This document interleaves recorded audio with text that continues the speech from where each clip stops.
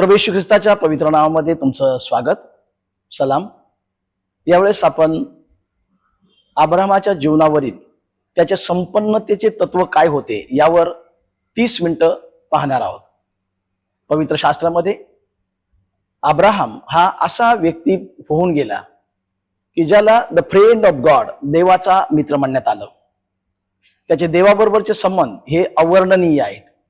आणि अब्राहम होऊन गेल्यानंतर आजही जगातले 3 प्रमुख धर्म आज अब्राहमाचा विश्वास फॉलो करतात. अब्राहम आपल्याला उत्पत्तीचा ग्रंथ याचा 12वा अध्याय यामध्ये सापडतो.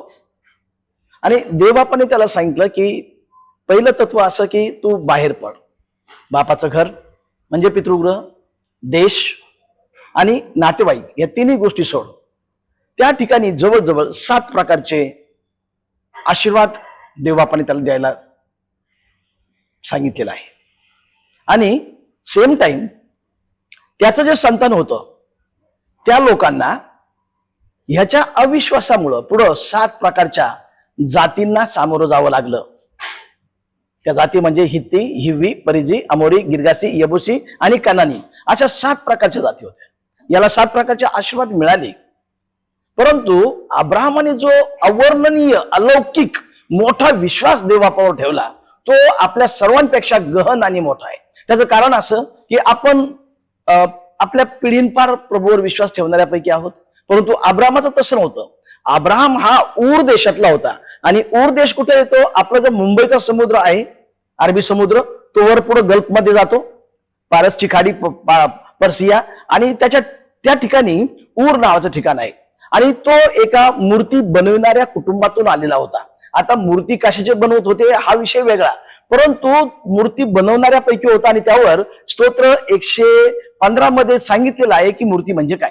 परंतु अब्राहमाने देव, परमेश्वर, जिवंत देव, त्यावर विश्वास ठेवला कुठल्याच प्रकारचा आतापाता नसताना. आणि तो विश्वासच त्याचा राईचियसनेस ठरलं गेलं, धार्मिकता ठरली गेली, आणि विश्वासाने त्याला नीतिमान ठरवण्यात आलं. आणि म्हणून हबक्कूकच्या ग्रंथामध्ये, इब्रिकाच्या पत्रामध्ये आणि जुन्या करारामध्ये अशा प्रकारे म्हटलेलं आहे, द जस्ट शाल लिव्ह बाय फेथ. जो धार्मिक आहे, जो नीतिमान आहे, तो विश्वासाने वाचत. आणि प्रिय भावांनो, प्रिय बहिणींनो, प्रिय लेकरांनो, देवाच्या वचनाला अनुसरून हा जो विश्वास आहे याला जगामध्ये पॉझिटिव्ह ॲटिट्यूड म्हणतात. आपल्याला एवढं मोठं पवित्र शास्त्र देवापाने आपल्याला दिलेलं आहे, याला अनुसरून जर आपण विश्वासाने वागलो तर जीवनाच्या बहुतेक सर्वच क्षेत्रामध्ये, बहुतेक म्हणण्यापेक्षा 100% we are going to get success in all those matter of the life. जीवनाच्या सर्व क्षेत्रामध्ये आपण आशीर्वादित होऊ शकतो. या ठिकाणी त्याला अशा प्रकारे म्हटलं की मी तुझं नाव मोठं करेल. I will make your name big. प्रत्येक क्षेत्रामध्ये, राजकीय क्षेत्रामध्ये, सामाजिक क्षेत्रामध्ये आणि इव्हन धार्मिक क्षेत्रामध्ये आणि प्रत्येक क्षेत्रामध्ये माझं नाव कसं मोठं होईल याची प्रत्येक जण दक्षता घेत असतं. परंतु इथं देवाचं वचन सांगतं, जेव्हा आम्ही देवावर विश्वास ठेवतो, I will make your name big. आणि त्या ठिकाणी 7 प्रकारचे आशीर्वाद त्याला दिलेले आहेत. परंतु the best thing or the best important word and that is faith. फेथचा अर्थ होतो forgetting all I took him, किंवा forgetting all I trust him. म्हणजे सगळ्या गोष्टींचा मी विषय सोडून देतो. आणि विषय सोडून देण्याविषयी देवाचं वचन सांगतं यशायाच्या ग्रंथामध्ये, do not remember the former things. जुन्या गोष्टींची आठवण करूही नका. जे घडलं ते घडलं, ख्रिस्तार्पणम असतो. आता नवीन काय, ज्या नवीन मनाच्या नवीनीकरणाने, करिंथ 5:17 प्रमाणे आता मी ख्रिस्तामध्ये नवी उत्पत्ती आहे आणि त्याप्रमाणे आपल्याला चालायचं, शिकायचं आहे. अब्राहम वयाच्या 75व्या वर्षी घर सोडतो, म्हणजे ही जरा मोठी गोष्ट झाली. खरं तर 70 नंतर किंवा 50 नंतर मनुष्य आपलं सेटिंग सहसा सोडत नाही. कारण इथं जरी आपण विचार केला तर आपल्या एका फोनवर काम होतात. एका फोनवर कोणी आपल्याला बिर्याणी आणून देईल, कोणी काय आणून देईल, कोणी काय आणून देईल, आपल्या फोनवर डबा आणून देईल, किंवा फोनवर सगळं होतं. आणि ते सेटिंग सोडणं हे कठीण आहे, परंतु देवाची आज्ञा होती. आणि त्या देवाच्या आज्ञेला अनुसरून अब्राहमाने 75व्या वर्षी देखील देश सोडला आणि पुढे तो आशीर्वादित झाला. मग नंबर 1 त्याला आज्ञापालन करावं लागलं. त्याने ते पूर्णपणे आज्ञापालन केलं. पण आता आपण वाचणार नाही, परंतु उत्पत्तीचा ग्रंथ याचा 26वा अध्याय 5व्या वचनामध्ये काही महत्वाच्या गोष्टी सांगितलेल्या आहेत. पहिली गोष्ट, त्याने देवाचा शब्द ऐकला, त्याने देवाचं सांगणं मानलं आणि आज्ञा, विधी, नियम, कानून आणि कायदे या 5 गोष्टी आहेत. या 5 गोष्टी त्यांनी पाळल्या. आपण आपल्या राष्ट्राचे कायदे पाळत नाही. आपल्याला डाव्या बाजूने जायला लावलं तर आपण उजव्या बाजूने जातोय. म्हणजे त्यामुळं राष्ट्राची पण उन्नती होत नाही. वचन सांगतं धार्मिकतेने राष्ट्राची उन्नती होते. काही दिवसापूर्वी मी ते मणिपूर, मेघालय, त्रिपुरा या विभागामध्ये पाहिलं की तिथं लोक सिग्नल तोडत नाही. आपल्याकडे बिनधास्त सिग्नल तोडले जातात आणि त्याच्यामुळे ऍक्सिडेंटचं प्रमाण तिकडे कमी आहे आणि आपल्याकडे भरमसाठ सगळ्या गोष्टी चालल्यात. याचं कारण काय? जे वरून उतरून आलेले नियम आहेत, वरून उतरून आलेले नियम, परमेश्वराने दिलेले नियम. खरं तर देवापाने 613 आज्ञा दिल्या होत्या, मग फिल्टर करून 10 दिल्या, मग त्यानंतर एक मोठी आज्ञा दिली, सर्वोच्च प्रेम देवापावर कर. देवापावर प्रेम कर याचा दुसरा अर्थ हा होतो की त्याचं आज्ञा पालन कर. ते सर्वांसाठीच फायदेशीर असतं. पण जर आपण त्या चुकीच्या पापामध्ये सापडलो तर एक पापी बहुताच्या हिताची नासाडी करतो असा प्रकार होतो. पण पुन्हा एक बार अब्राहम त्याने देवाची वाणी ऐकली, त्याने देवाचा शब्द ऐकला आणि तिमोथी 3:16 मध्ये म्हटल्याप्रमाणे every scripture is breath from the Lord. देवापासून प्रत्येक ईश्वर प्रेरित लेख हा देवापासून आहे आणि तो जर आपण तंतोतंत पाळण्याचा प्रयत्न केला तर आपल्या जीवनामध्ये आपण सक्सेस होणार. म्हणजे अब्रामाची जी भरभराट झाली, अब्राम आशीर्वादित झाला, अब्रामाने दशमांश दिला, अब्राम मल्कीसदेकाला म्हटला की तू मला श्रीमंत केला असं नको व्हायला, मीच तुला माझा लुटीचा दशमांश देतो. असे प्रकार त्याच्या जीवनामध्ये का घडले? कारण तो परिपूर्णपणे हंबल प्रभू समोर झाला आणि प्रभूचं म्हणावं तसं त्याने आज्ञापालन केलं आणि ते आज्ञापालन केल्यामुळं अब्राम बनला आणि आजही अब्रामाला जगातले 3 प्रमुख धर्म फॉलो करतात. आता या ठिकाणी आपण बायबलचा अब्राम अशा प्रकारे पाहत आहोत की त्याने त्या 7 गोष्टी जीवनामध्ये मिळवल्या. आता आपण त्याच्या नंबर 2 ची गोष्ट पाहूया. मग उत्पत्तीचा ग्रंथ याचा 12वा अध्याय 7व्या वचनामध्ये आपण 12वा अध्याय पहिले 1, 2, 3 वचनं पाहिले. आता 7व्या वचनामध्ये अब्राहमाने त्या ठिकाणी वेदी बांधली आणि तिथं देवाचे आभार मानले. मित्रांनो, या ठिकाणी पुष्कळ लोक आपण सर्वजण चुकत आहोत आणि इथंच सगळा मोठा विश्वासघात होतोय आणि तो म्हणजे नंबर 1 त्या ठिकाणी त्यांनी वेदी बांधली. आपल्या जीवनाची वेदी काय? प्रत्येकाला देवबाप वेगवेगळ्या प्रकारच्या गोष्टी देत असतो आणि मग त्याप्रमाणे आपल्या जीवनाची वेदी असायला पाहिजे. आपल्या देवाबरोबरचे किती घनिष्ठ नातेसंबंध आहेत हे देवाला दिसायला पाहिजे. एकदा देव तुमच्यावर फिदा झाला किंवा देवाने तुमच्यावर अधिक म्हणजे तुमच्या आज्ञा पालनाला अनुसरून जर देवाने ते पाहिलं तर बाकीचे आशीर्वाद आपोआप मोकळे होतात. मग त्या ठिकाणी त्यांनी वेदी बांधली. प्रत्येक व्यक्तीच्या जीवनाची वेदी वेगळ्या प्रकारची असते.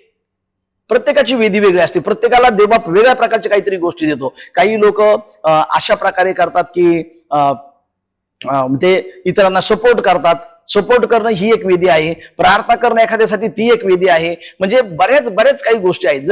जर आपण काही वर्षापूर्वीच गोष्ट पाहिली तर जॉन नॉक्स नावाचे स्कॉटलंडला एक सेवक होऊन गेले आणि तिथल्या राणी ज्या राज्य करत होत्या त्या अशा प्रकारे म्हटल्या की मी कशाही पेक्षा जास्त त्या जॉन नॉक्सच्या प्रार्थनेला घाबरते, कारण तो गुडघ्यावर गेला की राज्य हालायला सुरुवात होतात आणि देव त्याच्या प्रार्थना ऐकतो आणि ते झालं सगळं. त्या काळामध्ये स्कॉटलंडला संजीवन पण होतं आणि स्कॉटलंड ही प्रचारकांची भूमी होती. त्या काळामध्ये अशा प्रकारची घटना घडली. म्हणजे प्रत्येकाच्या जीवनाची आता विधी सांगत बसणं शक्य नाही, परंतु प्रत्येकाला देवबापाने वेगळ्या प्रकारचं पाचारण केलेलं आहे. आपण जरी आज जगामध्ये करोडो लोक असलो तरी देवबाप आपल्याला युनिक असं प्रत्येकाला बनवलेलं असल्यामुळं प्रत्येकाला वेगवेगळ्या प्रकारची वेदी दिली आहे. आता आम्हाला पण आमच्या जीवनामध्ये देवबापाने एक वेगळ्या प्रकारची वेदी दिलेली आहे. कितीही वेळ देवाच्या वचनातून बोललो किंवा कितीही प्रवास केला तर काही फरक पडत नाही, बरोबर आम्ही देवासाठी आत्मे जिंकतो. आता या ठिकाणी आपण पाहत आहोत नंबर 2 त्यांनी वेदी बांधली आणि सेम टाइम त्यांनी आभार मानले.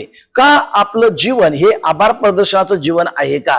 आपलं ख्रिस्ताप्रती देवबापाप्रती आपलं आभार मानणं आहे का? आपण आभार मानतो का? आता हे झालं. आता दुसरी गोष्ट अशा प्रकारची की देवबापाच्या बरोबर, परंतु दुसरा आडवा जो वधस्तंभाचा दांडा आहे किंवा क्रॉसचा जो दांडा आहे त्याचा दुसरा अर्थ हा होतो की इतरांबरोबर देखील आपलं सख्य असावं आणि सेम टाइम आपण आभार प्रदर्शन करणं. गेल्या काही दिवसापूर्वी एका सेमिनारमध्ये मी शिकलो की ज्या लोकांनी तुम्हाला प्रभूमध्ये वाढवलं त्यांची देखील आभार माना. ज्या लोकांनी तुम्हाला सपोर्ट केला त्यांची देखील आभार माना. इथं अब्रामाने 12:7 मध्ये त्याने देवाचे मनापासून आभार मानले वेदी बांधून. म्हणजे देवाने जे आपल्याला केलेलं आहे. किती दिवस झाले आपल्या घरामध्ये प्रार्थना झाली नाही, किती दिवस झाले आपल्या घरामध्ये भजनं घेतली गेली नाहीत. भजनं करणं, भजनी लागणं हे खूप आवश्यक आहे आणि तिथंच आपलं आभाराचं प्रदर्शन संपतं आणि आपण आपल्या फॉल्स इगो मध्ये जातो, आपण आपल्या खोट्या गर्वामध्ये जातो आणि मग समस्येला तोंड फुटतं आणि मग देव आपल्याशी परत काही त्या परिस्थितीच्या द्वारे बोलतो. या ठिकाणी नंबर 2 अब्रामाने आभार मानले आणि वेदी बांधली. आता तिसरी गोष्ट अब्रामाच्या बाबतीत आपण पाहूया. उत्पत्तीचा ग्रंथ याचा 13वा अध्याय आणि 5, 6, 7, 8, 9 या वचनांमध्ये अब्राहम हा दानशूर होता आणि त्याने इतरांना पण मदत केली. तो त्या ठिकाणी दानशूरपणा करत आहे. जो उष्ण देतो, जो जो मदत करतो, दान देतो, तो परमेश्वराला उष्ण देतो. हा दानशूरपणा आपल्या जीवनामध्ये कुठंतरी असायला पाहिजे. मिकाचं पुस्तक याचा 6वा अध्याय 8व्या वचनामध्ये, मनुष्या बरे ते काहीतरी तुला दाखवलं, नीतीने वागणे, आवडीने दया करणे आणि आपल्या परमेश्वराच्या समक्षतेमध्ये नम्रपणे चालणे, आवडीने दया करणं. तर हा आवडीने दया करणं किंवा दानशूरपणा असणं आपल्यासाठी खूप आवश्यक आहे. आणि याकोबाच्या पत्रामध्ये अशा प्रकारे म्हटलेले की जे खरं धर्माचरण आहे ते आहे विधवा आणि अनाथ यांचं कैवार घेणं. मग या गोष्टी आपल्या जीवनामध्ये सापडत नाहीत आणि म्हणून देवाला जो सुगंधमय आपलं जीवन वाटायला पाहिजे, ज्याला आपण म्हणजे आपलं जीवन एक स्वीट अरोमासारखं वाटायला पाहिजे, ते वाटत नाही. आपल्या जीवनातून त्या गोष्टी दिसल्या पाहिजेत. फक्त खूप बडबड आपल्याला करता येते, आपल्याला खूप सगळ्या गोष्टी माहित असतात, आपण खूप पवित्र शास्त्रे वाचलेलं असतं, परंतु या गोष्टी अंगीकारणं, त्याप्रमाणे चालणं हे आपल्यासाठी खूप महत्वाचं आहे. म्हणजे दानशूरपणा असणं. उदाहरणार्थ प्रभू येशू ख्रिस्ताबरोबर 12 शिष्य होते आणि हे 12 शिष्य आणि त्यांचे कुटुंब यांना प्रभू येशू ख्रिस्त खाऊ पिऊ घालत होते. आता जर मार्कुस शुभवर्तमानाच्या 2ऱ्या अध्यायामध्ये तुम्ही गेलात तर प्रभू त्यांच्या मिनिस्ट्री हेडक्वार्टर मध्ये गेले होते आणि अशा प्रकारे रेफरन्स आहे की मग ते घरच प्रभू येशू ख्रिस्ताचं होतं, दुसरं कोणाचं घर नव्हतं, ज्याचं ते छप्पर फाडलं गेलं. त्या ठिकाणातून सगळी मिनिस्ट्री चालत होती, परंतु 12 लोकांना प्रभू खाऊ पिऊ घालत होते आणि फिश वगैरे ह्या सगळ्या गोष्टी. म्हणजे प्रभू गरीब नव्हते. आपण गरीब असायचं काहीच कारण नाही, आपण पण गरीब नाही, कारण देणारा प्रभू परमेश्वर आहे. मग या ठिकाणी जर आपल्याकडे आहे तर गरिबांची आठवण करणं, गरिबांना देणं, ज्यांना गरज आहे त्यांना करणं. अब्राहम या ठिकाणी दानशूर व्यक्ती होता असं देवाचं पवित्र अभिवचन आपल्याला सांगतं. आणि त्यानंतर आपण अब्राहमाच्या बाबतीत अजून एक वचन पाहूया. उत्पत्तीचा ग्रंथ याचा 18वा अध्याय आणि 24 ते 28 वचनामध्ये इतरांविषयी त्याला कळकळ आणि सहानुभूती होती. आता अब्राहमाच्या ऐवजी मला ख्रिस्ताविषयी बोलू द्या. जिथं कुठं प्रभू येशू ख्रिस्त गेले त्यांना त्यांचा लोकांचा कळवाळा आला आणि कळवाळा आल्यानंतर प्रभूने त्यांना खाऊ पिऊ घातलं. म्हणजे हा खूप मोठा मुद्दा आहे, खाऊ पिऊ घालणं. Jesus Christ was having compassion for each and every person and wherever he went he healed the people.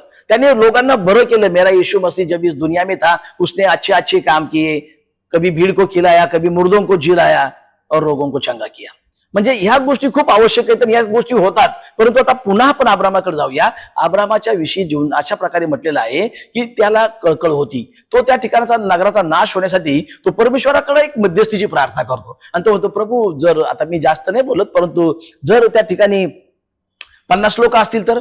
आणि मग प्रभू म्हटला की हो, मी त्याचा नाश करणार नाही. आणि मग जर त्या ठिकाणी प्रभू अजून थोडंसं एकदाच विनंती करतो, जर अजून 5 कमी असतील, 45 असतील तर मग प्रभू म्हटला मी नाश करणार. मग अजून तो विनंती करत करत अजून मिनिमाइज करतोय. आणि 40 असतील तर, आणि 35 असतील तर, आणि 30 असतील तर, आणि 25 असतील तर, आणि 20 असतील तर, आणि कमी असतील तर, आणि 1 जरी असेल तर, असं म्हणत त्यांनी तो देवबापाकडे मध्यस्थीची प्रार्थना केली. खरंच धर्मीजन की प्रार्थना, विश्वास की प्रार्थना तोडती हे सारे बंधन को. म्हणजे त्याला ती लोकांविषयी कळकळ होती आणि तळतळ होती, त्याला ते कम्पॅशन होतं. मग अब्राहमाच्या जीवनातून आपण पाहतो की त्याने नंबर 1, नंबर 2 त्याने आभार मानले, नंबर 3 त्याने वेदी बांधली, नंबर 4 त्याने दानशूरपणा त्याच्या जीवनामध्ये होता, आणि नंबर 5ची गोष्ट आपण पाहिली आणि ती गोष्ट म्हणजे त्याला कळवळा होता. आपल्याला कोणाविषयी कळवळा आहे की आपलं हृदय हे स्टोनी हृदय आहे किंवा मांसलमय नाही आणि दगडाने किंवा पाषाणासारखं हृदय झालेलं आहे का?